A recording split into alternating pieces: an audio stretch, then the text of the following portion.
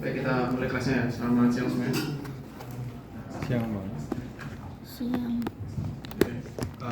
Untuk sesi yang pertama ini kita akan membahas dulu ya materi yang sebenarnya harus kita bahas di minggu lalu. Jadi karena materinya baru siap, jadi nggak apa-apa ya kita ulang materi yang harusnya dibahas minggu lalu.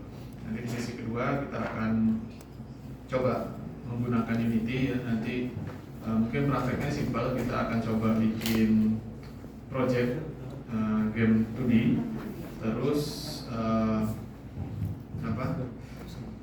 yang akan kita coba nanti adalah mengganti atau bermain dengan background ya. Nanti ada dua cara, static image sama tile map yang akan kita coba. Baik. Nah, mungkin teman-teman ya nggak perlu dijelasin ya game itu apa gitu ya. Jenis game itu apa aja gitu ya. Kayaknya teman-teman lebih jago ya daripada saya. Karena jujur saya juga udah agak terlalu sering main game, jadi kurang mengikuti ya gitu. Nah, mungkin fokus kita di semester ini adalah teman-teman nantinya adalah membuat project berkelompok, tentunya buat game ya. Nah, untuk game ya itu bebas. Cuma sayangnya kita di semester ini belajarnya membuat game 2D.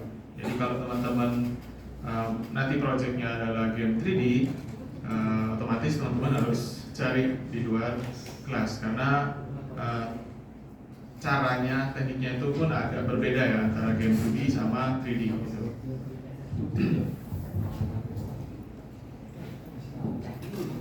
Oke, mungkin buat teman-teman yang pengen tahu ya sejarahnya game itu dimulai kapan sih sebenarnya, kita bisa mundur lagi jauh sebelum 1962 ini ya. Jadi di tahun 1951 52 nah di tahun 51 di luar negeri itu TV itu sudah ada ya. Jadi TV itu hanya digunakan untuk menonton acara yang disiarkan oleh beberapa stasiun TV gitu.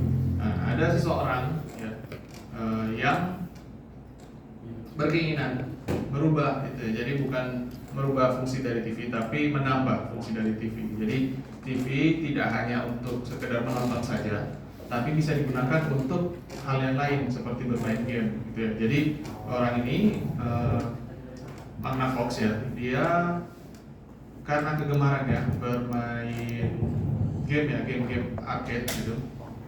Jadi dia pengen semua orang itu juga bisa bermain game arcade di rumahnya gitu. Nah, kemudian di tahun 1952 ada seorang mahasiswa ya S3. Jadi tahun 1952 disertasi mahasiswa doktor di, saya lupa kampusnya di mana. Tapi ini adalah tesisnya atau disertasinya ya. Jadi disertasinya adalah membuat sebuah game tic-tac-toe ya. Jadi sebenarnya tujuannya itu bukan game awalnya ya. Jadi dia tidak sengaja membuat sebuah penelitian yang membahas interaksi manusia dan komputer gitu ya. Bagaimana manusia itu berinteraksi dengan komputer, intinya itu. Jadi pengguna atau user itu akan memasukkan angka ya melalui jadi untuk menggunakan ini ya, sistem ini harus memasukkan angka dan nanti akan ada respon dari komputer. Jadi nanti itu yang diteliti sama si mahasiswa tersebut ya. Bapak lupa saya juga namanya siapa. Jadi tic-tac-toe itu diciptakan awalnya karena bukan tujuannya bukan untuk game langsung gitu ya. Jadi dia tidak berniat untuk membuat sebuah sistem yang bisa menjadi hiburan bagi pengguna komputer nantinya, tapi lebih ke arah bagaimana sih interaksi manusia dan komputer itu bisa dilakukan gitu. Jadi caranya cukup simpel, manusia atau user cukup memasukkan angka-angka ya untuk memerintahkan komputer melakukan misalnya menandai bagian-bagian tertentu di dalam box ini gitu ya. Itu di tahun 52 ya. 52 kita ngapain berarti di Indonesia? Lalu di tahun 1958, itu kalau tidak salah ya sejarahnya itu adalah lab fisika atau mungkin nuklir ya. Jadi mengadakan pameran, ya sebuah lab itu mengadakan pameran. Cuma karena bidangnya itu mungkin terlalu kompleks, jadi si bapak ini ya William Higginbotham itu memutar otak gitu ya. Jadi dia berpikir bagaimana sih biar orang-orang yang datang ke pameran tersebut itu tertarik sama apa yang ditelitinya gitu. Jadi melalui alat oscilloscope ya, itu sebenarnya alatnya ini untuk menggambarkan ini ya puls sinyal listrik gitu. Jadi kayak alat-alatnya di rumah sakit gitu. Nah itu digunakan untuk membuat ini game pingpong ya, atau tenis. Jadi orang yang datang itu tertarik, oh ini alat apa gitu. Ya, jadi orang yang datang itu diharapkan bisa belajar gitu, pengen ada dia belajar gitu ya, pengen tahu ini alatnya seperti apa, kok bisa dibuat seperti ini gitu. Jadi tahun 1958. Terus di tahun 1962. Jadi kalau kita lihat ya polanya, di awal kemunculan game itu sebenarnya bukan sesuatu yang disengaja gitu ya. Jadi tujuannya itu malah berbeda gitu, sebenarnya. Jadi bukan saya pengen menciptakan sesuatu untuk hiburan gitu, enggak ya. Jadi kebanyakan ya awal kemunculan game itu malah untuk tujuan yang lain gitu, kayak tadi untuk pameran, terus untuk riset tadi ya, bahkan risetnya bukan soal game gitu. Nah terus di tahun 1962 juga sama, ada sebuah komputer high performance komputer ya di zaman itu, namanya ini ya di MIT. Kita tahu kampus MIT itu inovasinya banyak. Jadi ada komputer cukup powerful di sana di tahun itu. Nah komputer itu pengen kayak kalau sekarang itu apa ya, stress test atau apa gitu ya. Jadi kayak mengukur benchmarknya gitu, melakukan benchmark ya, jadi mengukur kemampuan dari komputer. Jadi mahasiswa Stephen ya, namanya Stephen, itu pengen memaksimalkan semua komponen yang ada di dalam komputer gitu. Kuat nggak ini komputernya ini gitu ya. Jadi semua resource yang ada di komputer tersebut dimanfaatkan, digunakan, dan hasilnya ini gitu ya. Jadi misalnya untuk keyboard gitu ya, untuk inputnya, apakah inputnya itu berfungsi semua atau tidak gitu, bisa optimal atau tidak gitu ya. Kalau misalnya dipencet beberapa touch keyboard gitu ya, jadi kalau bisa menerima banyak inputan berarti ya bisa terbukti gitu ya, bisa dibuktikan bahwa komputer tersebut memang komputer yang powerful gitu. Itu pun juga monitornya, layarnya, apakah kalau misalnya kita menampilkan gambar ke dalam monitor tersebut dengan objek yang banyak, apakah komputer tersebut mampu melakukannya atau tidak gitu ya. Jadi cara si Stephen ini untuk menguji komputer yang ada di kampusnya yaitu dengan membuat ini game ini. Tapi tujuannya bukan untuk game, tapi tujuannya untuk menguji kekuatan dari komputer di kampusnya. Lalu berkembang hingga di tahun 1972 ya, muncul sebuah game arcade sebenarnya ya. Cuma game arcade ini ya di tahun itu citranya buruk. Kenapa? Karena biasanya berasosiasi dengan mafia judi gitu ya. Jadi game arcade itu tidak banyak yang meminati gitu ya. Karena pemainnya pun juga karena apa ya, banyak dari kalangan ini ya. Stigmanya di tahun itu gitu, di tahun 1972 75 gitu ya. Ini saya pun juga belum lahir ya.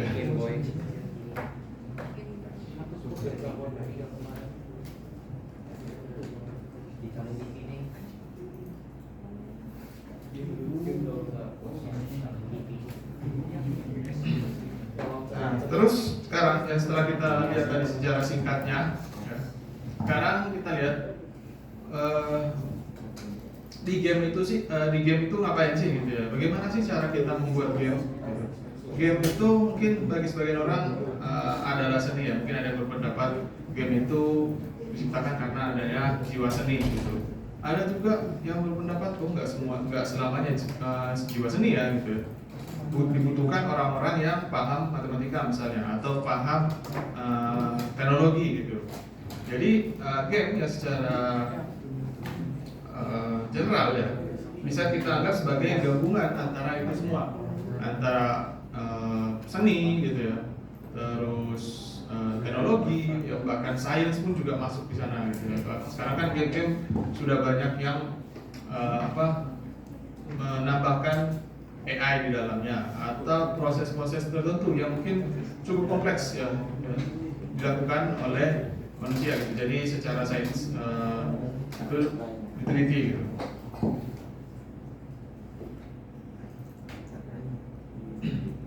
Nah terus ini ya, ketika kita membuat game kita jangan terlalu maksudnya jangan terlalu idealis gitu ya. Misalnya mayoritas kita misalnya ini kita bikin sebuah game house gitu ya di kelas ini gitu ya. Kita pengen buat sebuah game dan ternyata mayoritas di kelas ini itu penggemar game RPG misalnya gitu. Nah terus kita bikin game RPG yang sesuai keinginan kita. Sebenarnya itu bagus-bagus saja ya, karena di luar sana juga banyak yang suka game RPG ya. Cuma kalau misalnya kita paksakan pasar game kita hanya ke orang-orang tertentu saja gitu. Jadi kita harus bisa tahu orang-orang di luar sana itu gemarannya apa saja. Kalau RPG seperti apa? Karena RPG kan bisa spesifik ya, bisa macam-macam jenisnya.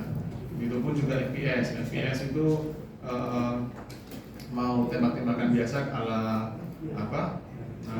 Counter Strike ya di zaman saya dulu, atau yang lebih canggih lagi kayak Battlefield gitu, Call of Duty. Terus, nah ini sekarang juga mungkin ada beberapa game ya yang tingkat kesulitannya itu bikin geleng kepala gitu ya. Kita mau main pengen happy tapi kok malah dibuat susah ya gamenya gitu ya. Untuk menamatkannya aja susah payah kita. Nah, kalau bisa untuk membuat game jangan dibikin susah gitu ya levelnya gitu. Buatlah game yang player centric gitu. Jadi tujuannya adalah untuk memberikan pengalaman kepada player nantinya gitu. Bukan pengalaman baik ya, bukan pengalaman buruk gitu. Jadi wah saya main game buatannya ini susah banget gitu ya. Jadi pengalaman buruk. Jadi kalau misalnya studio itu mengeluarkan game lagi, ya kapok orang mau main. Nah.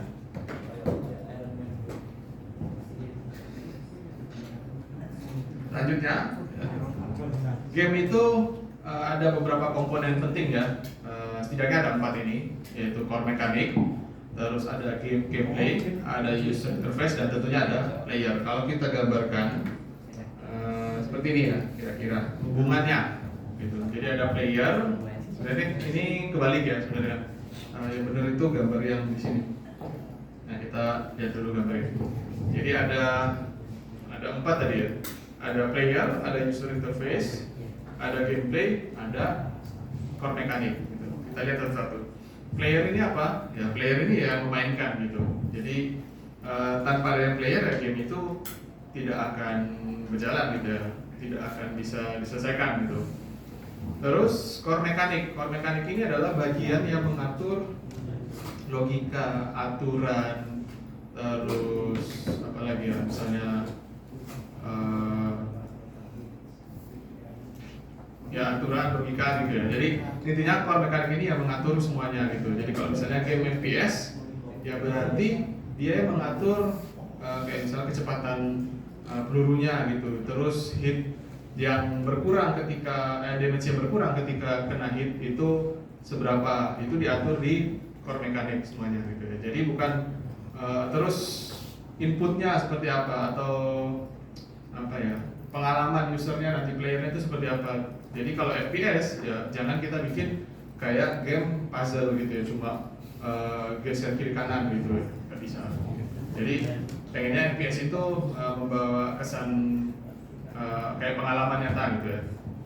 Terus gameplay ini game itu biasanya ada beberapa cerita gitu ya, atau mungkin level-level yang harus diselesaikan. Nah itu di gameplay. Terus user interface ini yang akan apa ya, ditampilkan kepada player gitu ya. Jadi kayak skor, terus musuh gitu ya, atau environment gamenya itu ditampilkan melalui user interface. Nah terus kalau kita lihat bagaimana kaitannya, yang pertama tentunya kita butuh input dari si user gitu. Jadi input ini itu akan diterima oleh interaksi model ya, di mana interaksi model sama kamera model ini bagian dari user interface. Kita lihat interaksi modelnya dulu. Jadi ketika player memberikan input ya, misalnya pencet spasi, klik kiri, melakukan scroll ya di apapun gitu ya, atau mungkin melalui suara, itu akan ditangani oleh interaction model gitu ya. Terus nanti sesuatu yang diterima oleh interaction model itu akan diterjemahkan misalnya. Jadi diterjemahkan dan lalu nanti akan tentunya di-handle oleh core mechanic ini gitu ya. Jadi misalnya kalau kita pencet apa ya, game biasanya WASD ya, kita pencet W gitu ya, tombol W. Actionnya apa? Actionnya biasanya maju ke depan gitu. Kalau misalnya kita pencet A, nanti belok kiri gitu. Atau mungkin ketika kita menggeser atau menggerakkan mouse ya, kamera yang akan bergerak gitu. Jadi semua itu akan diterjemahkan sebagai action gitu. Nah terus di challenge ini misalnya setelah kita melakukan input gitu ya, apakah game hanya sebatas itu, cuma menggerakkan karakter? Tentunya tidak ya gitu. Kalau misalnya game FPS tadi ya, kalau game FPS challenge-nya adalah ada musuh yang diberikan gitu. Kita diberikan kebebasan untuk menggerakkan karakter kita. Kita bisa bebas untuk melakukan apa saja ke karakter kita selama dibatasi oleh core mechanic ini gitu. Nah, terus nantinya core mechanic akan memberikan sesuatu yang harus dilakukan gitu ya. Jadi dengan action tadi itu harus ada yang dilakukan gitu, atau harus ada yang diselesaikan. Jadi di challenge ini gitu. Nah, nantinya akan ditampilkan melalui kamera model. Kalau tidak ada kamera model, ya ada game ya tidak ada yang ditampilkan gitu ya. Jadi agak membingungkan untuk kebingungannya lagi ya. Jadi bukan sebuah game itu namanya. Nah, itu kira-kira kaitannya ya. Jadi komponen game ada 4. Core mechanic, gameplay, user interface tadi, sama player ya. Nah, terus buat teman-teman nanti yang pengen terjun di dunia game development, nah, setidaknya ini ada beberapa role yang bisa teman-teman pantau ya. Misalnya mungkin pengen kesana gitu. Jadi kira-kira ada lead designer ini seperti sutradara lah gitu ya, sutradara sebuah film gitu. Dia yang mengarahkan, dia yang mungkin mengerti semua cerita tentang game, detail-detail game. Nah itu tugasnya lead designer. Jadi kalau teman-teman punya apa namanya, bukan khayalan sih, tapi imajinasi yang tinggi gitu ya, bisa mengingat banyak hal, nah cocok bisa masuk ke lead designer. Terus general, game designer sama mekanik ini sudah masuk ke teknis ya. Jadi yang membuat karakternya, yang menerjemahkan ya apa yang diinginkan lead designer ini, membuat karakternya, membuat environment gamenya, terus membuat aturan di dalam game. Nah itu masuk di general game sama mekanik designer. Terus level designer sama ya, yang membuat atau menerjemahkan cerita dari lead designer menjadi level-level gitu ya. Jadi kalau misalnya ceritanya adalah mencari teman yang sudah lama tidak pernah ketemu gitu, misalnya gamenya seperti itu ceritanya.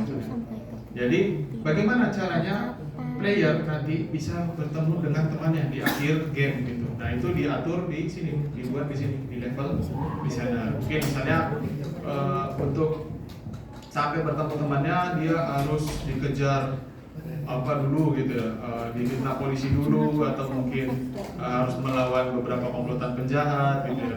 Jadi bisa macam-macam. Nah itu dilakukan di sini level designer. Jadi cerita-ceritanya. UI designer ini yang bertanggung jawab sama halnya ya kayak di level aplikasi biasa website maupun desktop. Di game pun ada UI designer kayak button, terus bar, darah gitu, nyawa, terus icon itu dilakukan di sini. Writer ini yang menulis semua cerita. Dari kalau buat teman-teman yang suka menulis ya bisa masuk ke sini. Jadi setidaknya sebenarnya tidak ada role resmi ya gitu ya yang pasti di dalam suatu studio game atau perusahaan game gitu. Tapi setidaknya ini yang biasanya ada gitu.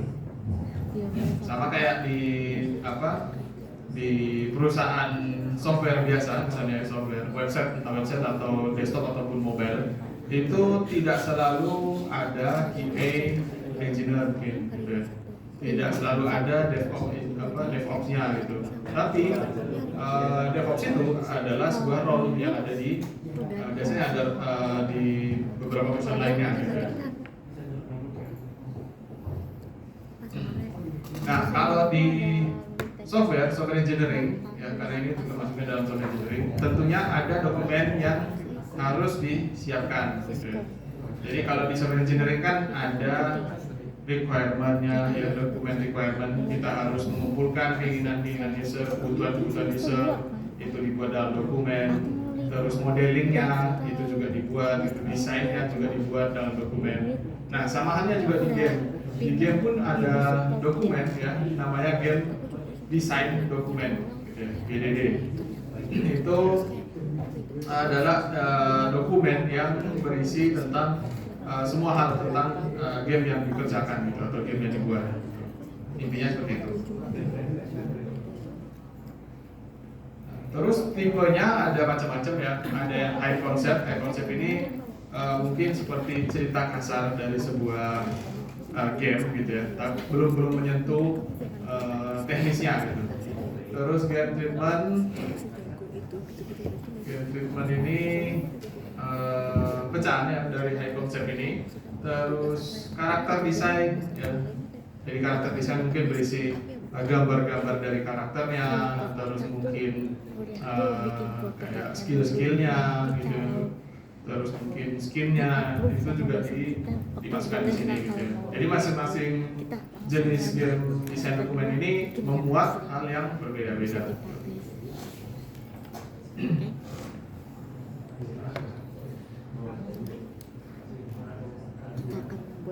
Nah untuk bentuknya ya, GDD itu seperti apa? Ya seperti laporan pada umumnya lah gitu.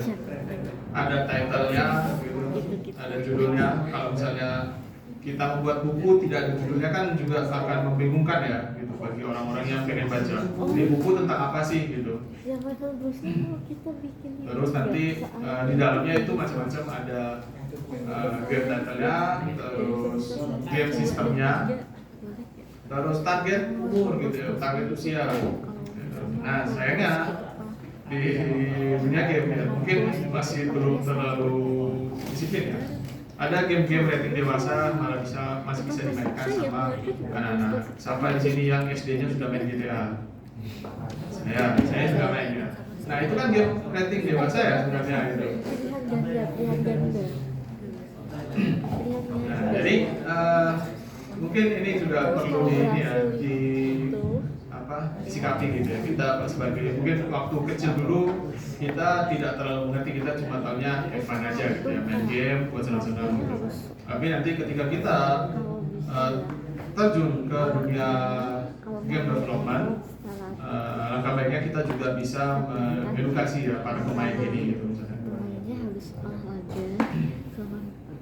Terus rating juga sama ya kayak walaupun dewasa, tapi kan bisa saja mungkin adegan-adegan dalam gamenya tidak terlalu parah gitu ya. Ada game mungkin kan bisa saja gamenya ini targetnya usia 20 ke atas misalnya, atau 18 plus ke atas gitu ya. Tapi mungkin saja karena tingkat kesulitannya gitu ya untuk diselesaikan, yang bukan tidak mungkin ya, akan susah diselesaikan oleh anak-anak kecil misalnya. Nah, tapi bisa saja game itu tidak membuat adegan-adegan kekerasan misalnya gitu ya. Jumat sore. Nah, Terus ship date ini ya schedule rilisnya gitu. Nah, kalau mau ya aku bawa. nah, itu di bagian metode di pendahuluan dah gitu ya. Ya orang ketika baca dokumennya langsung bisa kebayang gitu game ini tentang apa sih gitu ya. Terus masuk ke game outline. Nah, di sini penjelasan ya, kayak summary story dari gamenya gitu ya, ringkasan dari story gamenya seperti apa, misalnya game apa ya, game Battlefield misalnya. Nah, Battlefield itu ringkasannya apa? Oh, ini game perang-perangan misalnya, mode online gitu, bisa party game gitu ya. Terus game flow ya, ini menjelaskan alur dari gamenya gitu ya. Jadi menjelaskan alur dari game. Kalau misalnya game FPS ya berarti mungkin bisa saja lingkungannya dijelaskan. Lingkungannya mungkin di kota-kota lingkungan peperangan misalnya gitu, atau mungkin lingkungan abstrak gitu ya, di tempat terbuka gitu. Terus karakter ya, ini juga penting. Game biasanya ada karakter, jadi setiap karakter itu perlu didesain, perlu dijelaskan juga. Terus ya dijelaskan itu seperti umur, usia, terus skill, terus mungkin ciri-ciri fisiknya seperti apa, itu dijelaskan di karakter. Terus gameplaynya ya namanya gameplay ya, jadi yang dimainkan nanti seperti apa gitu. Misalnya game racing ya berarti menjelaskan game ini nanti menggunakan kontrol misalnya joystick biasa gitu. Terus untuk akselerasi, terus belok, segala macam rem itu dilakukan di joystick dan lingkungannya di mana gitu. Nah, itu dijelaskan di gameplay. Terus game mode juga sama ya lingkungannya. Terus experience. Nah, kalau misalnya teman-teman merasa game itu pasti akan beda-beda ya pengalamannya gitu. Kalau misalnya kita main game Tetris ya, game yang lama, terus game sampai game yang baru, itu pasti punya ciri khasnya masing-masing gitu. Jarang ada game yang persis sama gitu ya, maupun misalnya berada di genre yang sama gitu. Pasti ada sesuatu yang bikin kita ingat dengan game tersebut. Nah, itu perlu dijelaskan juga di game experience. Terus game mekanik. Nah, game mekanik ini misalnya sistem ekonominya, sistem nyawanya gitu ya. Terus bagaimana cara mengalahkan musuh. Nah, itu di gameplay mekanik gitu ya. Terus enemy. Nah, ini juga kadang dijelaskan ya. Game itu pasti, walaupun gamenya itu seperti Tetris ya. Tetris itu kalau kita bilang ada enemy-nya juga nggak ada sebenarnya ya, kalau kita lihat. Tapi enemy kita ketika bermain Tetris itu adalah ini levelnya gitu ya. Jadi ketika balok-balok ini muncul, nah itu kita harus bisa melawan balok-balok yang diberikan gitu untuk disusun dengan rapi. Jadi kita perlu tegaskan juga ya di dalam GDD itu enemy-nya seperti apa. Kalau misalnya game catur berarti ada AI ya yang menjadi musuhnya gitu. Itu dijelaskan di enemy. Terus kalau multiplayer perlu dijelaskan juga ya, multiplayernya bonusnya gitu. Terus achievement, awardnya juga gimana, itu dijelaskan di multiplayer. Terus monetisasi ya, ini juga sekarang kan ada game-game apa namanya yang pay to win ya gitu ya. Kalau misalnya tidak pay to win, bagaimana caranya dia bisa levelnya bisa naik gitu dengan dijelaskan level-level gamenya gitu, atau bagaimana caranya dia bisa misalnya achieve itu semua gitu. Bagi monetisasi.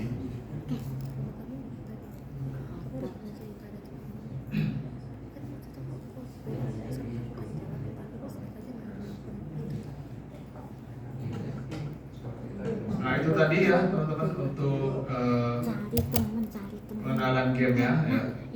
Jadi game itu sudah lama ya, berkembang.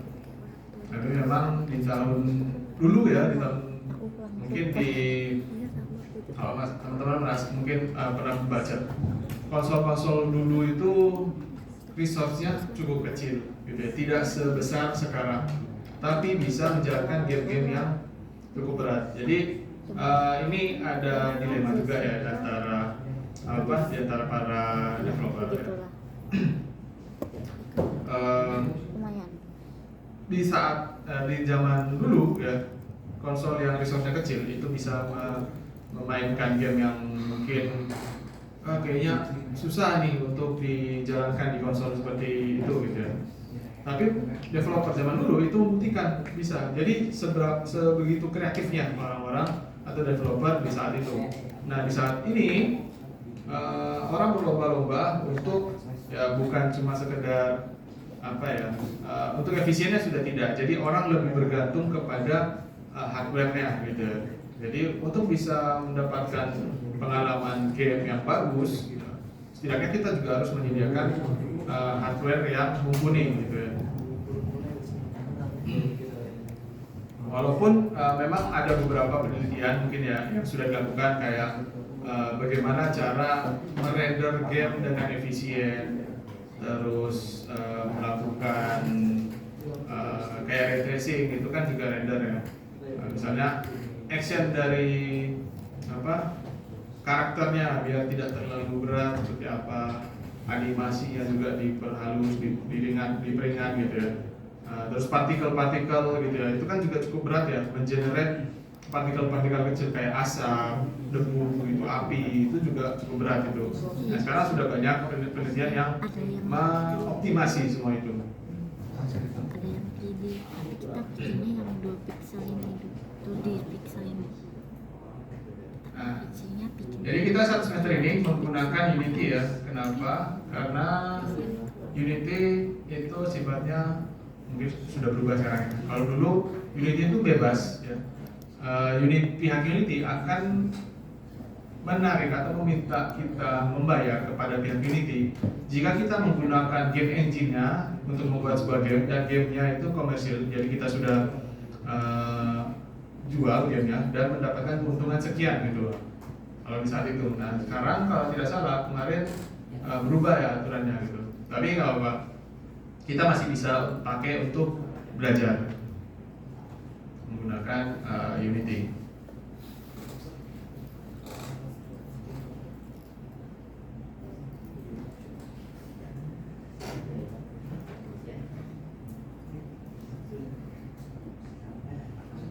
Nah, sekarang kita lanjut ya.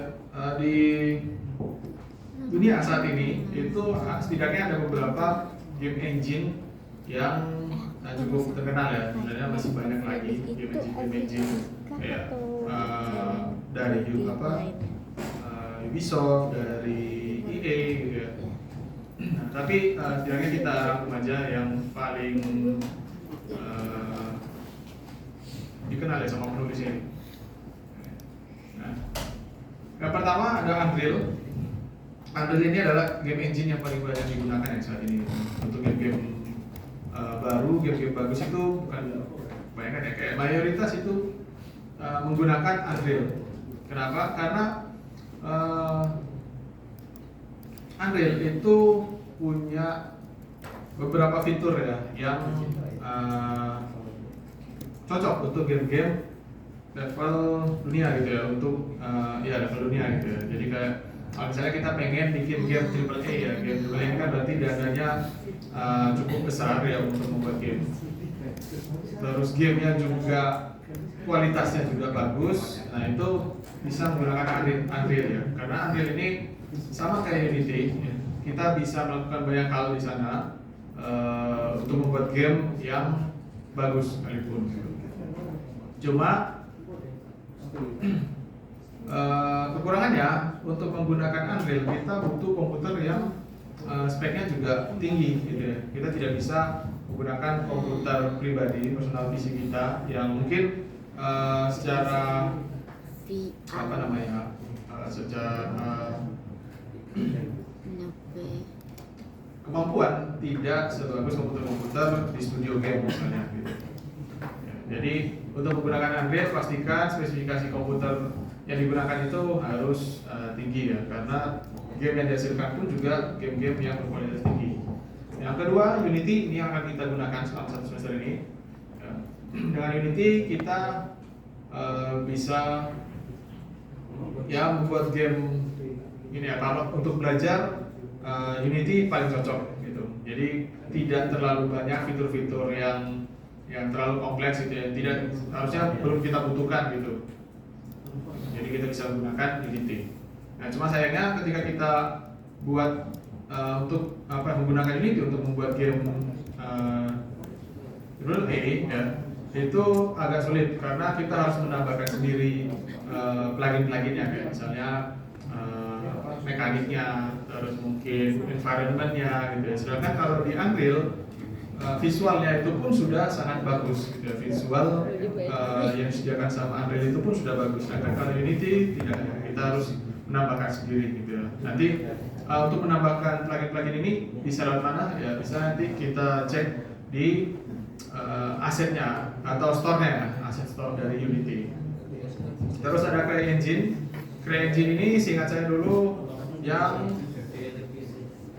membuat game Crysis ya, Crysis series gitu. Jadi tahun 2000 berapa ya, saya masih SMA kayaknya dulu atau SMP. Itu keluar game Crysis ya, game FPS, dimana di tahun itu visual dari game Crysis ini sudah sangat jauh banget gitu ya, dibanding game-game lainnya gitu. Makanya dulu ada bukan jargon ya, bukan istilah juga, jadi kayak ada kata-kata dari para pemain game atau player, tidak ada komputer yang bisa menjalankan Crysis saking bagusnya dulu gitu. Jadi game Crysis itu dibuat menggunakan CryEngine gitu. Terus ada Lumberyard di sini game engine buatan Amazon ya. Saya juga belum baca ya untuk ini, kan saya baru dengar Lumberyard. Terus yang berikutnya ada Godot ini biasa terkenal di kalangan mahasiswa gitu ya. Di kalangan mahasiswa untuk atau sekedar di kalangan hobi gitu ya, hobi. Jadi kebutuhan komputernya tidak terlalu tinggi, tapi sudah bisa membuat game gitu. Godot. Nah, kalau kita lihat historinya ya, mungkin ada yang pengen tahu sejarah dari Unity. Unity itu ditemukan ya di tahun 2004 atau diwacanakan di tahun 2004 oleh 3 orang ini gitu, di Denmark. Jadi di tahun 2004 kalian baru lahir ya? 2026 nggak sih? 26 belum lahir ya? 26 nggak sih? 2006 ya. Ya 2004 saya masih SD gitu. Di Denmark sudah buat Unity gitu. Nah, jadi ide awalnya ya, Unity itu dibuat untuk apa? Untuk orang-orang yang pengen belajar membuat game gitu. Jadi di saat itu mungkin untuk membuat game itu cukup kompleks, jadi tidak semua orang itu bisa mencoba untuk membuat game. Jadi 3 orang ini itu punya ide, bagaimana kalau kita sediakan sebuah kayak misalnya apa ya, kayak kompor lah gitu ya, kalau kita masak gitu ya. Jadi kita sediakan kompor, jadi nanti orang tinggal masak aja gitu. Orang tinggal masak aja. Nah, idenya seperti itu. Jadi membuat sebuah game engine yang bisa digunakan oleh banyak orang untuk membuat game-game 3D. Awalnya 3D ya, game-game 3D yang mereka inginkan. Nah terus dulu ya bahasa pemrograman yang digunakan itu ada C#, Bootstrap sama JavaScript. Nah kalau Bootstrap ini saya juga kurang tahu ya.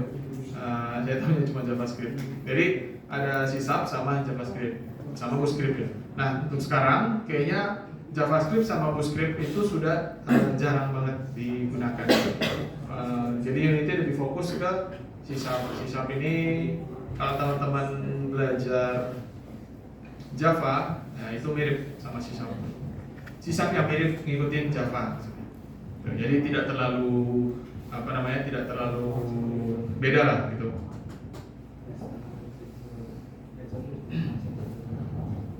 Oke, untuk sekarang ya untuk menggunakan Unity, ya, tentunya kita perlu download dulu. Ya, kemarin kayaknya minggu lalu sudah saya tunjukkan ya caranya.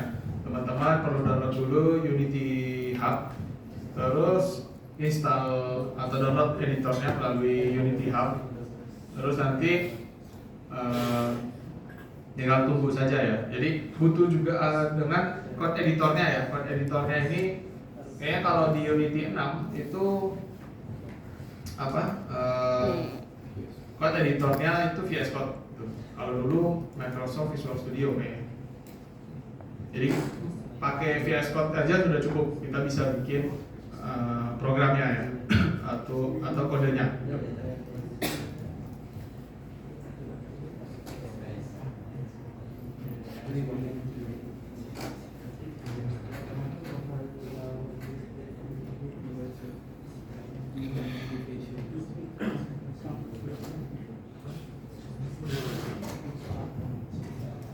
Sekarang kita coba ya teman-teman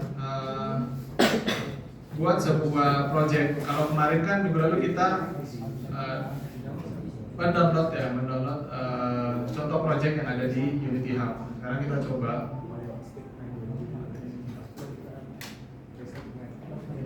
buat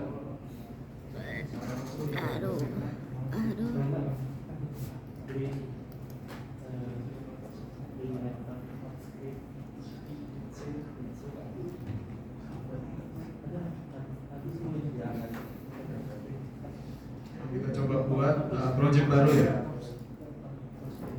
Cara buat project baru, teman-teman bisa buka Unity Hub, terus nanti jalankan Unity-nya. Oh iya, ada game Avatar enggak ya? Oke, di sini minta akunnya. Oke. Nah, kalau bisa teman-teman saya sarankan karena kita tidak ada UTS sama UAS ya. Kalau dulu mungkin kalau cerita dari Pak Canggih, karena saya baru di tahun ini saya magang mata kuliah ini.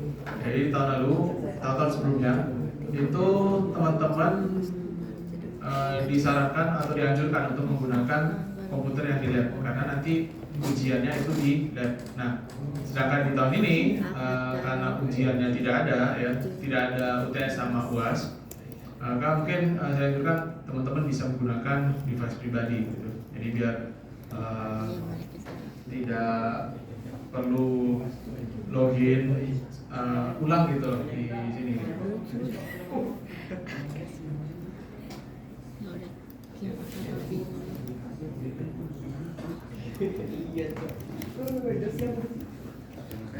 Oke, untuk membuat project baru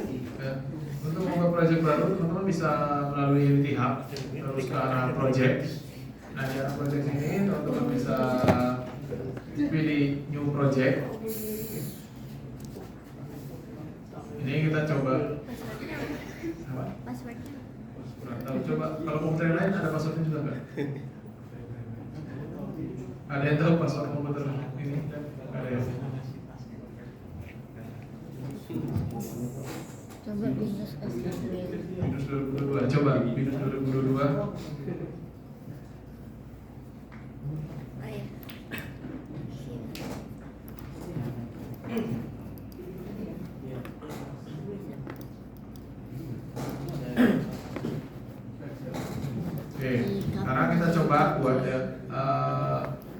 game 2D pertama kita. Jadi tadi create project, terus kita pilih universal 2D ini. Kita beri nama misalnya di sini saya beri nama belajar 2D.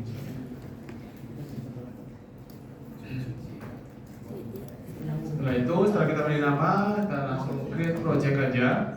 Ini kan ya. Pilih yang itu tadi ya, core 2D ya, universal nanti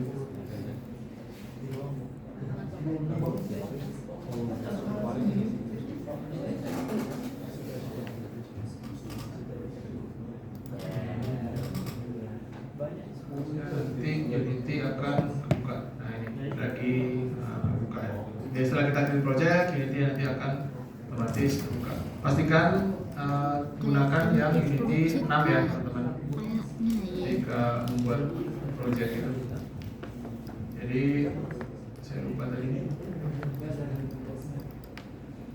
bagian project.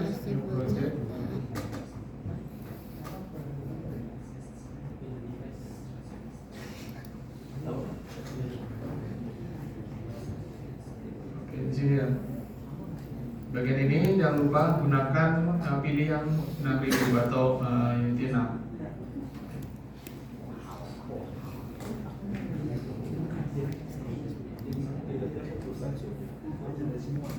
Halo. Anda gak bisa.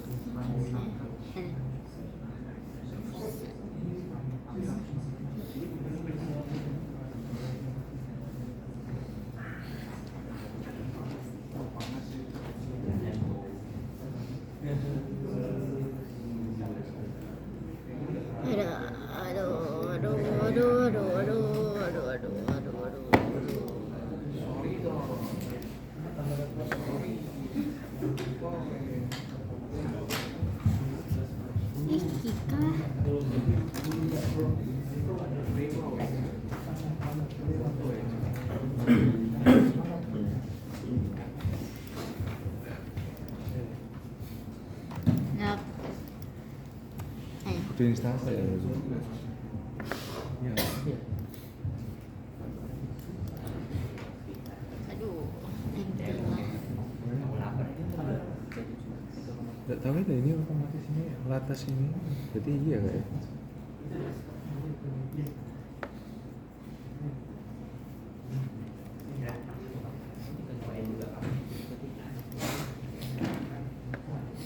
Nyari yang mana ya? Skip tapi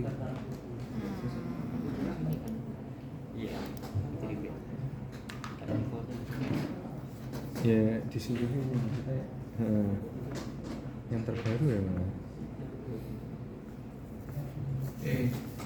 Ini unitnya sudah buka ya, sambil saya jelaskan juga bagian-bagian dari Unity ya.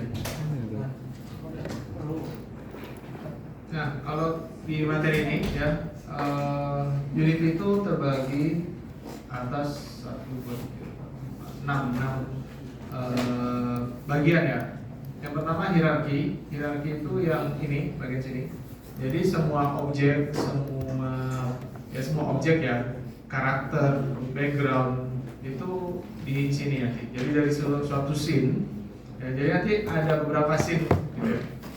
Kalau teman-teman lihat ketika teman-teman sudah buat project baru, itu ada scene ini, sampel scene. Kalau teman-teman mau buat scene baru juga bisa, tapi nanti ya. Nah, jadi scene itu kayak halaman dari suatu game gitu. Jadi kalau misalnya teman-teman punya dua scene main menu sama scene gameplaynya gitu. Jadi kita perlu dua scene gitu. Nah, di dalam setiap scene itu punya beberapa objek ya. Di sini bagian hierarki itu memuat beberapa objek yang ada di suatu scene. Misalnya kameranya atau lightingnya atau mungkin objek-objek lain kayak karakter, background tadi ya atau foreground itu ditempatkan di sini gitu. Jadi kalau misalnya kita sudah mengatur suatu scene itu misal ada 10 objek pohon misalnya, berarti Di sini nanti akan ada 10 gitu ya, kalau misal manual atau bisa di-generate melalui script nantinya. Nah, ini hierarki akan berisi objek-objek dari game ya di suatu scene. Terus ada scene, dan di sini scene ini tempat kayak kanvas kita lah gitu ya. Kanvas kita melukis gitu. Jadi kita bisa meletakkan objek apa di sini gitu, atau kita bisa mengatur apa namanya, ya lingkungan gamenya gitu ya. Terus selain itu kita juga bisa ke ini tampilan game gitu ya. Kalau kita pengen tahu nanti kira-kira tampilan gamenya seperti apa gitu ya. Nah ini adalah tampilan game sebelum kita tambahkan apa-apa gitu ya. Belum ada apa-apa di scene ini, di game ini. Jadi kira-kira gambarnya gamenya nanti begini tampilannya gitu ya. Jadi kalau kita play, ini bisa kita play harusnya. Jadi ketika kita play tampilannya setidaknya sama kayak gitu. Nah, jadi kalau sudah muncul ini, kalau sudah di berwarna biru button ini, maka gamenya ini sudah jalan gitu ya. Jadi kalau mau update atau mau edit, teman-teman perlu matikan dulu nih gamenya, di stop ya. Nah, jadi ada 2 tab di sini, ada scene sama game. Ya, ini view untuk kita mengedit atau membuat gamenya. Ini untuk menjalankannya nanti. Terus setelah itu ada toolbar. Toolbar di sini macam-macam ya. Kayak ini ada untuk play. Terus di sini untuk draw mode-nya ya. Terus di sini untuk menggerakkan. Jadi kalau mau menggerakkan itu kita bisa pakai ini ya, klik kanan. Terus kita sambil klik kanan kita bisa geser-geser gitu ya. Ini untuk misalnya kita mau pindah ke mana gitu. Nah, jadi bisa melalui klik kanan. Kalau misalnya mau di zoom, tinggal di scroll aja. Nah ini masih 2D ya, masih 2D. Gitu. Kalau 3D beda lagi nanti. Nah terus kalau misalnya saya tambahkan sebuah objek gitu ya, misalnya. Kalau untuk menambahkan sebuah objek di sini ada di sini di hierarki, teman-teman bisa klik kanan. Terus misalnya kita bikin square ya, misalnya. Nah kita bikin square misalnya. Nah ini adalah objek yang akan ada di dalam scene ini gitu ya. Nah untuk memindahkan objek yang kita buat, kita tambahkan di scene ini, teman-teman bisa gunakan toolbar yang ada di sini gitu ya. Di sini ada toolbar tools ya, tools untuk memindahkan, misalnya untuk move. Misalnya kita pengen pindahkan objek ini ya, tadi kita create menggunakan 2D object, terus pilih sprite square, maka akan muncul ini. Terus kalau kita pengen pindah ya, kita atur posisinya lah gitu. Kita bisa pakai ini ya, kita masukkan angkanya, atau bisa menggunakan tools yang dari atas ini. Ini ada move tool, ada rotate tool, terus ada scale ya, sama rectangle. Nah biasanya kita pakai ini aja ya, move tool, rotate sama scale. Jadi misalnya saya pengen pindah ke sini gitu ya. Terus saya pengen rotasi dia agak miring dikit. Terus misalnya scale-nya saya gedein gitu ya, ukurannya saya gedein. Nah, kira-kira di game nanti gimana? Gamenya akan muncul nih sebuah objek yang baru kita tambahkan. Nah kalau misalnya teman-teman mau pindahkan ya pakai tools yang ada di sini ya. Terus kalau mau geser view-nya, klik kanan aja di bagian yang kosong atau di manapun gitu ya. Terus sambil diklik kita gerakan mouse-nya gitu. Nah untuk mengatur posisi tadi kita bisa menggunakan move tool. Untuk mengatur rotasinya itu kita bisa pakai rotate tool. Terus kalau kita mau atur ukurannya bisa pakai scale tool. Nah, itu tadi toolbar. Terus ada inspektor. Inspektor di sini itu adalah properti dari sebuah objek gitu. Nah, di sini ada inspektor itu di sebelah kanan ini ya, teman-teman. Di sebelah kanan ini. Misalnya properti ini X-nya, sumbu X-nya berarti horizontalnya. Kita mau atur gitu ya, sumbu X-nya itu kita pengen geser gitu. Itu bisa sini seperti ini. Atau Y-nya vertikalnya atau rotasinya itu juga bisa dilakukan di sini semuanya. Tapi kalau misal pengen spesifik ya bentuknya atau posisinya atau rotasinya bisa pakai tools ini di atas. Terus ini adalah bagian komponen. Jadi bayangkan gini ya, sebuah objek kotak ini kalau misalnya tidak kita tambahkan sesuatu ya, atau misalnya perilakunya itu bisa beda-beda nanti ya. Misalnya ini kotak ini kita pengen jadikan dia sebagai gedung misalnya atau obstacle gitu ya. Jadi kayak kita main Mario Bros gitu. Ada yang pernah main Mario Bros yang jadul? Jadi kalau game-game jadul itu kan biasanya tampilannya 2D ya gitu. Jadi karakternya bergerak dari kiri ke kanan atau dari atas ke bawah gitu ya. Jadi biasanya ada obstacle tertentu gitu. Kita pengen misalnya, saya pengen objek kotak ini itu akan menjadi obstacle gitu ya. Jadi dia bisa bergerak sendiri gitu, kayak musuhnya lah gitu ya. Jadi kayak enemy-nya dia akan bisa bergerak sendiri. Nah, untuk bisa melakukan hal tersebut kita perlu tambahkan komponen nantinya ya. Kayak komponen scriptnya gitu ya. Jadi biar bisa dia bergerak kiri ke kanan gitu. Atau mungkin kalau misalnya kayak batu yang jatuh itu bisa kita tambahkan gravitasi gitu ya. Jadi macam-macam di sini komponennya, kayak kita mau tambahkan animasi ya, itu juga bisa. Jadi kalau misalnya kita pengen tambahkan animasinya ini anggap aja objek kotak ini adalah api gitu misalnya, atau batu yang panas misalnya. Batu yang panas, kita bisa tambahkan animasi asap gitu, itu juga bisa. Atau menambahkan audio, kalau misalnya ketika dia bergerak ada suara-suara tertentu, itu bisa ditambahkan ini. Jadi untuk memberikan suatu aksi atau suatu perilaku pada suatu objek itu ditambahkan melalui komponen ini ya teman-teman. Nah, kalau misalnya mau tambahkan script juga bisa, atau fisik. Ya, fisik di sini misalnya box collider. Box collider ini pernah nggak teman-teman bermain game terus karakter kita menembus tembok gitu. Nah, itu biasanya collidernya bermasalah gitu. Jadi kita perlu tambahkan collider. Collider ini untuk mensimulasikan objek padat ya. Jadi macam-macam di sini. Nanti mungkin secara bertahap ya kita akan coba nanti komponen-komponen yang ada di sini. Terus script juga kita bisa berikan perintah khusus untuk objek ini gitu. Itu ditambahkan di sini ya, di inspektor. Terus ada project. Nah, project di sini itu berbeda dengan hierarki ya. Project di sini adalah file-file yang mungkin saja tidak masuk di dalam hierarki, tapi bisa kita gunakan suatu waktu gitu ya. Jadi aset lah gitu ya. Jadi kayak aset-aset yang ada di dalam game kita itu dimasukkan di sini.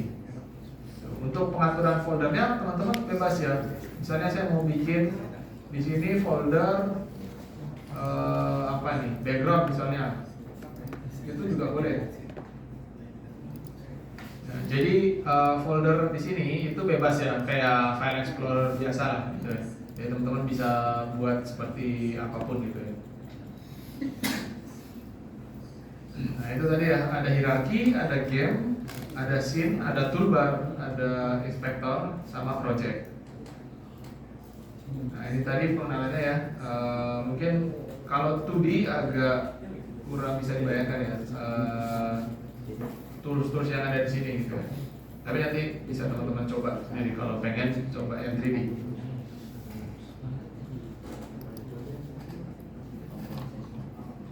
Nah, terus di sini ada layer untuk mengatur scene visibilitas ya dari suatu objek, dari suatu scene misalnya.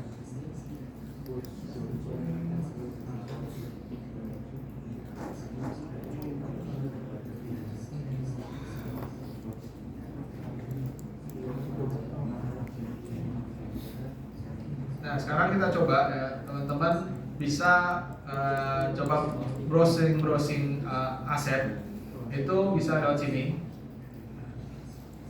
Di bagian kiri ada aset store, terus pilih aset store web. Nah kalau my store, my asset itu adalah aset-aset yang sudah pernah kita download gitu, atau kita tambahkan. Nah kalau kita klik nih aset store web, maka kita akan diarahkan ke halaman aset store-nya Unity.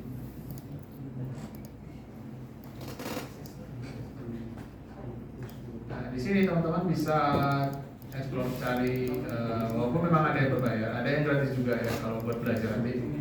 Jadi teman-teman tidak perlu membeli dulu, cukup pakai yang free aja dulu. Saya pengen ke 3D, 2D. 2D di sini macam-macam ya teman-teman, bisa misalnya karakter gitu ya, aset untuk karakter, environment. Kalau kita pilih free.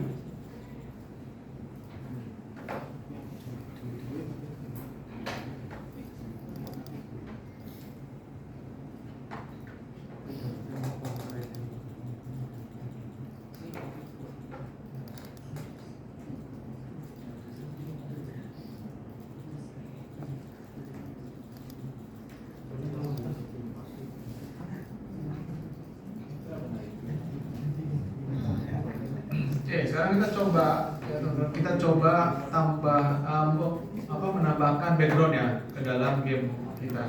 Nah, kalau kita lihat di sini tadi kan game kita masih biru ini ya, tampilannya. Ini saya hapus dulu objeknya.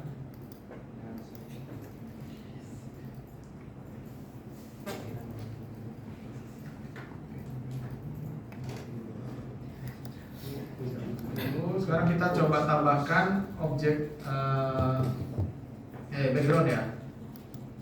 Background ini kita coba browsing dulu deh. Background.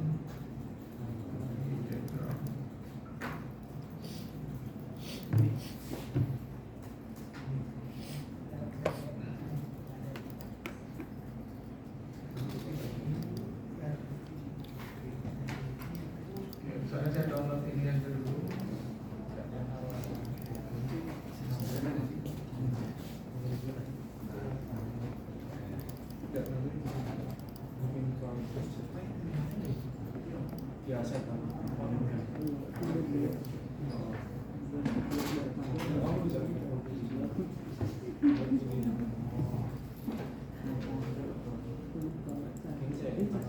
Nah ini saya coba download satu gambar ya, gambar background. Teman-teman bebas bisa cari dimanapun ya gambar backgroundnya. Terus ini saya pengen tambahkan ke dalam game ini ya. Tadi saya sudah buat sebuah folder baru di project ini namanya background. Saya pengen tambahkan ini. Nah, jadi cara menambahkan aset ke dalam game kita cukup drag aja ya. Ini untuk game gambar ya. Kita drag aja. Nah, kan gambar ini itu cukup besar ya, cukup ukurannya ya. Jadi kita bisa, kalau misalnya ini game 2D, pastikan di sini itu adalah sprite 2D and UI. Tapi secara default biasanya sudah sprite 2D. Terus karena kita mau bikin gambar ini jadi satu gambar gitu ya maksudnya. Jadi kita pengen gunakan semua bagian dari gambar ini. Jadi pilih single di sini. Terus di sini saya bikin ukurannya maksimumnya adalah 1024 ya. Jadi aset gambar ini kan cukup besar ya. Kalau misalnya kita buat ukurannya cukup besar, yang ada nanti game kita menjadi berat. Jadi pastikan game, karena ini cuma background ini kan tidak harus terlalu bagus gitu maksudnya. Terus yang berikutnya di sini compression ya, format ya. Formatnya ini saya mau turunkan menjadi RGB 16 bit ya. jadi dikompres lebih kecil lagi gitu ya ukurannya.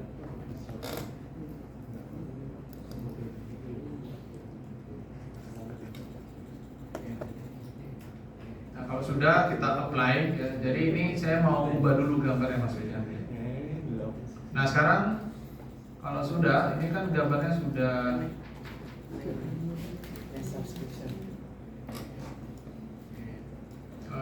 gambarnya sudah saya edit. Sekarang kita bikin sebuah objek kosong, create empty. Jadi objek ini bisa teman-teman bayangkan seperti objek pada konsep OOP ya. Di sini saya bikin objek baru namanya background.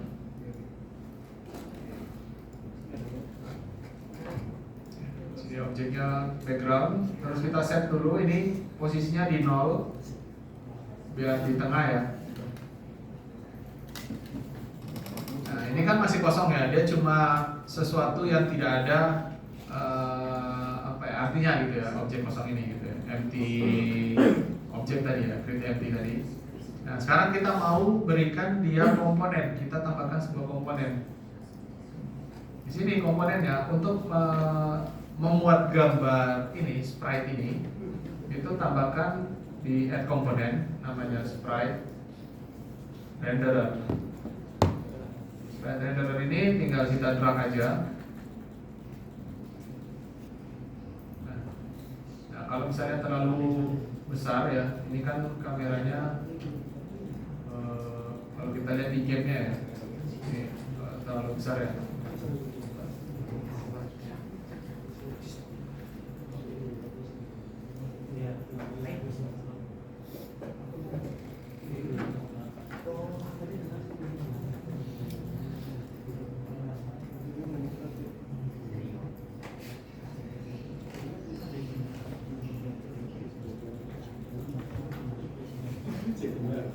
Nah, kalau terlalu besar di sini kan view-nya terlalu ini ya. Kalau kita lihat ini mau lihat apa gitu, ketutup background gitu ya. Kameranya ada di sini. Nah sekarang kita bisa atur, misalnya kameranya itu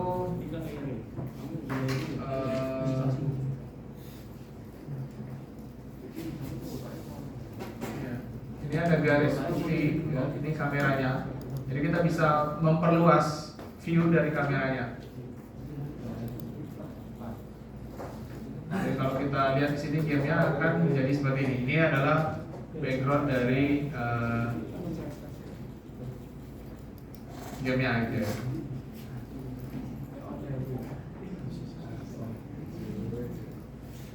Nah kalau di game 2D tidak mungkin background itu berhenti di sini. Maksudnya ukurannya pas seperti ini aja. Jadi bisa saja nanti backgroundnya ini berulang-ulang gitu ya. Jadi kayak kalau kita main apa sih, kalau jaringan kita terganggu itu Dino ya, Dino T-Rex itu. Nah itu kan backgroundnya kadang berulang-ulang gitu maksudnya. Jadi game 2D itu bisa saja ini diulang-ulang gitu ya. Jadi backgroundnya kita duplikat. Tapi kalau sudah sampai di sini itu sudah cukup lah gitu ya. Misalnya lingkungan gamenya itu cuma sebatas di sini gitu ya. Kayak misalnya mungkin game fighting itu kan ya lingkungannya tidak akan terlalu luas lah gitu ya. Ya misalnya kayak gini. Atau kalau misalnya gamenya kayak Mario Bros gitu ya, itu kan dia bergerak terus dari kiri ke kanan gitu. Jadi pastikan backgroundnya itu cukup panjang. Tadi ini ya caranya gimana? Kita cari gambarnya dulu, gambarnya bebas, ya. Gambarnya bebas PNG, JPEG gitu. Terus masukkan ke dalam project ini, tinggal drag aja ke sini, ya, tinggal drag ke project. Tadi saya buat background ya, folder background. Saya drag ke sini, terus kita atur gambarnya. Jadi karena gambar itu kan cukup besar, biar game kita tidak terlalu berat, kita bisa bikin ukurannya ya, kita bisa atur ukurannya kayak sini. Font size-nya itu cuma 1024 gitu. Terus kita atur juga formatnya tadi, kita kompres menjadi RGB 16 bit gitu. ya biar tidak terlalu banyak memori yang dipakai.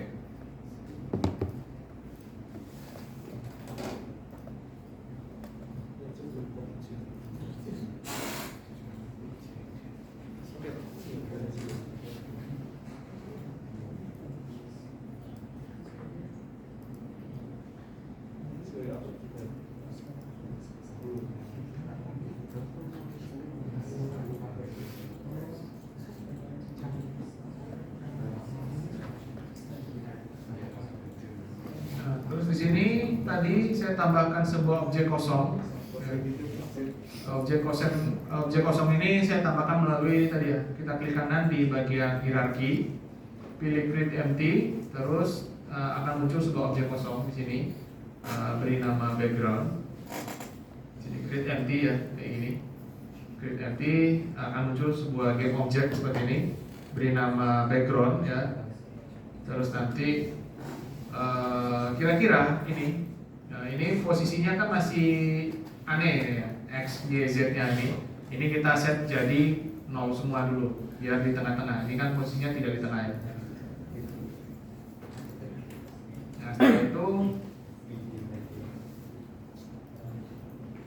Nah setelah itu tambahkan sprite renderer melalui add component sini. Teman-teman tinggal klik sprite renderer, sprite bukan sprite minuman ya, sprite renderer.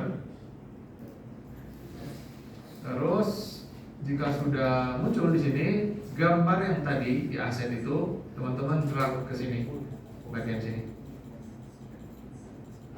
Teman-teman drag di sini, terus sudah muncul ini gambarnya. Mungkin ini ya, kita coba.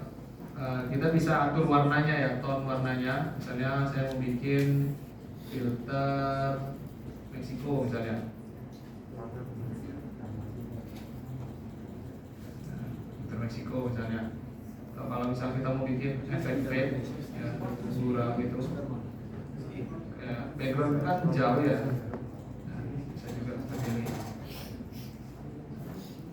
Bisa diatur dari situ. Nah, terus bagaimana kalau misalnya ada background lainnya? Di sini saya mau tambahkan apa ya? Objek. Coba saya cari dulu.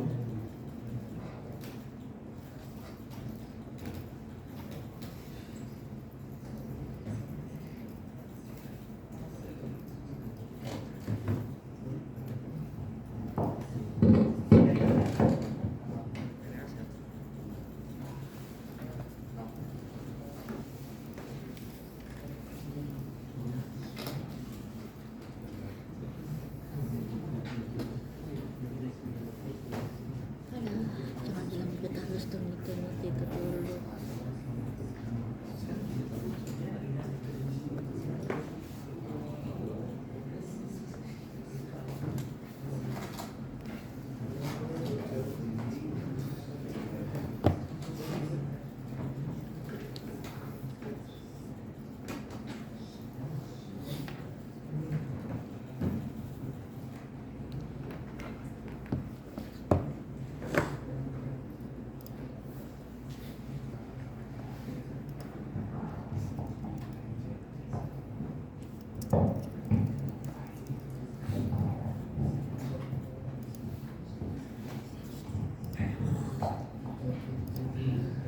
Teman-teman bisa coba merangkai ya backgroundnya, bisa misal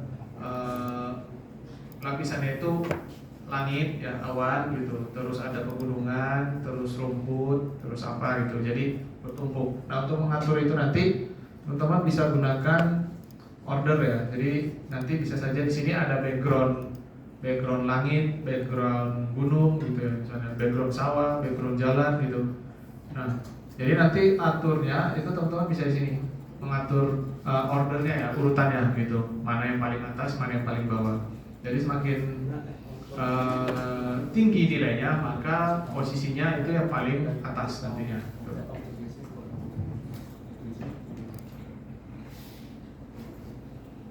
Ya, teman-teman bisa sambil explore juga ya di asset store tadi, asset store-nya Unity itu macam-macam, teman-teman bisa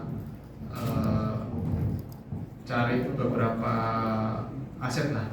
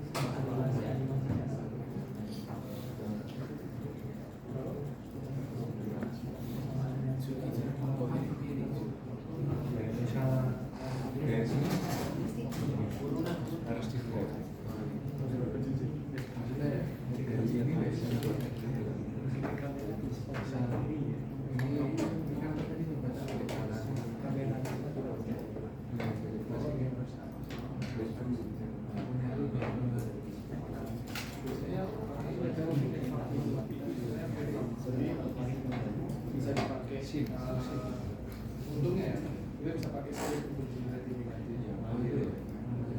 Jadi ketika dijalankan game tidak keras gitu. Harus dikit. Dilakukan nilai di awal. Pagi mas. Pakai SIM kan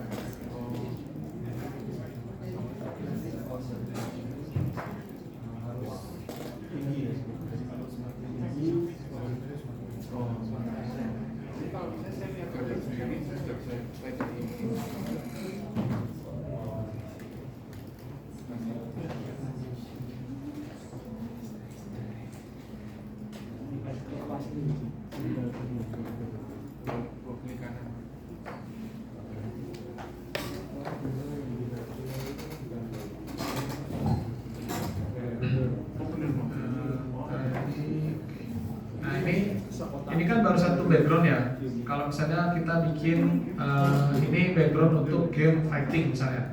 Kalau misalnya kita bikin game untuk kayak apa ya, Mario Bros gitu, yang cukup panjang lingkungannya, itu bisa kita atur di sini. Teman-teman bisa pilih game, gambar yang digunakan jadi background tadi. Terus teman-teman bisa pilih multiple.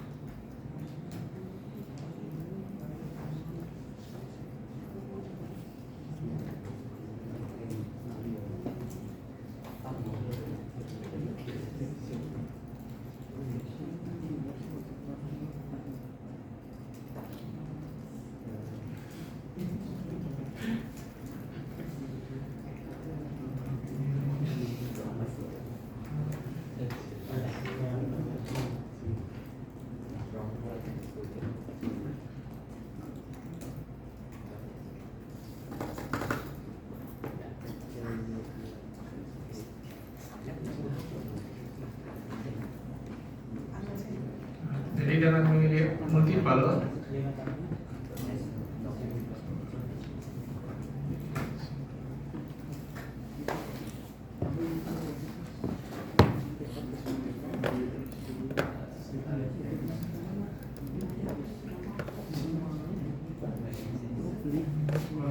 tidak perlu kita ubah ke multiple. Jadi teman-teman cukup ke objek background tadi. Ya, di objek background itu teman-teman bisa pilih di draw mode. Ya, draw mode itu kan simple tadi ya. Kita ganti ke slice. Terus kita rubah ukurannya misalnya 500. Atau mungkin kalau slice potong tile. Nah, jadi backgroundnya akan berulang-ulang seperti ini. Jadi nanti karakternya itu bisa misalnya lari dari sini sampai ujung gitu.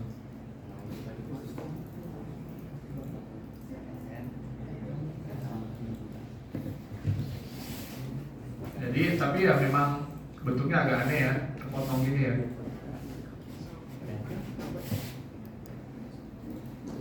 Nah, kalau kurang panjang bisa ditambah lagi 720 misalnya. Oke, semakin tinggi nilainya semakin panjang backgroundnya ya.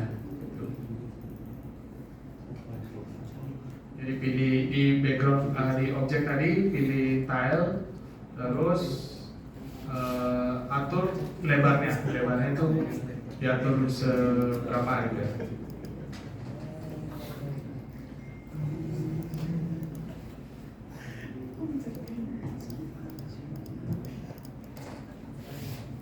Ya, teman-teman silakan nanti bisa explore ya untuk background ini. Nah, setelah ini nanti di sesi 2 kita akan coba bermain dengan sprite. Jadi kita akan coba membuat lingkungan game itu menggunakan sprite nanti ya. Sprite itu apa sih? Ya, sprite itu nanti ini ya. Contohnya sprite itu kayak gini ya. Aset-aset yang ada di dalam game nanti kita split jadi beberapa bagian, terus kita lukis di environment game kita nantinya. Teman-teman bisa silakan kalau tertarik game 3D bisa sambil ini ya explore di aset store-nya Unity.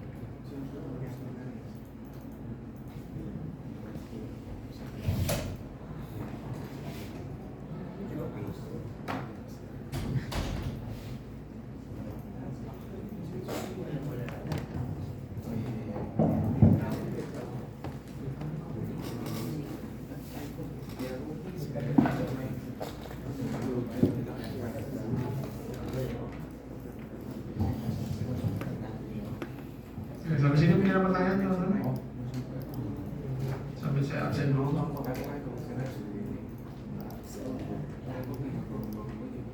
Dava Noval tadi ada.